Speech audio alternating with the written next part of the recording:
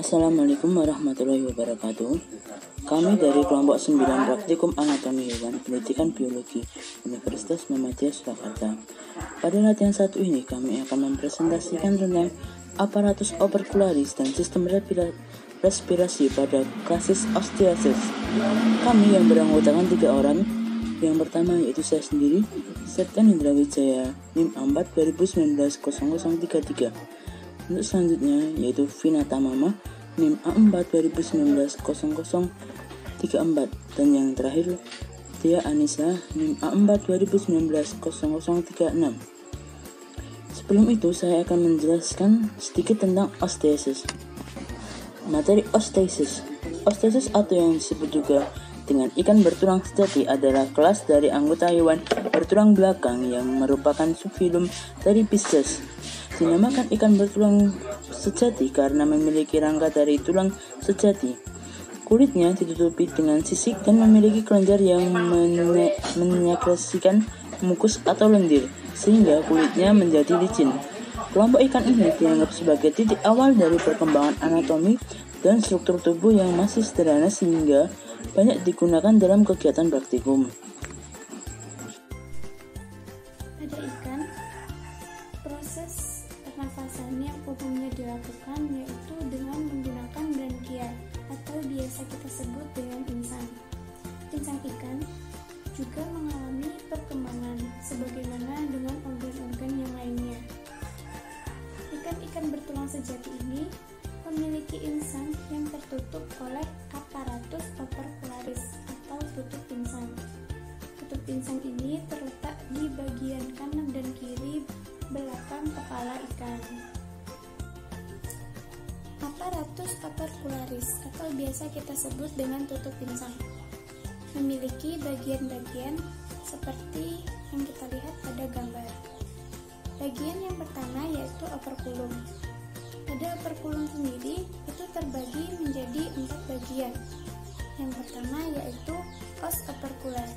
Os operkuler terletak di bagian dorsal dan ini merupakan tulang yang paling besar.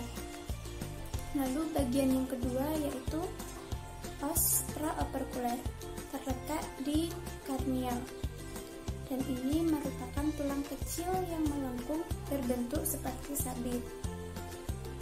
Dan bagian yang ketiga yaitu os suboperkuler terletak di bagian kaudal.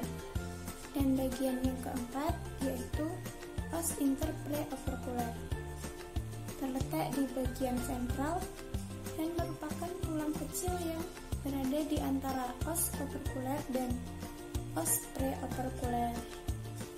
Lalu bagian yang kedua dari aparatus opercularis yaitu membrana branchiotegalis yang berfungsi sebagai selaput bebas yang terletak di kaudal operculum.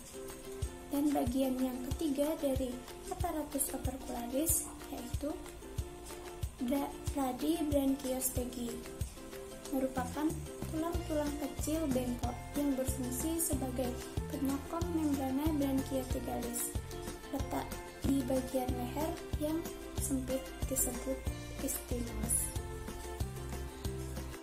Sistem respirasi. Sistem respirasi memiliki fungsi yaitu mengambil O2 dari lingkungan, penggunaan O2 oleh sel dan membuang CO2 keluar tubuh.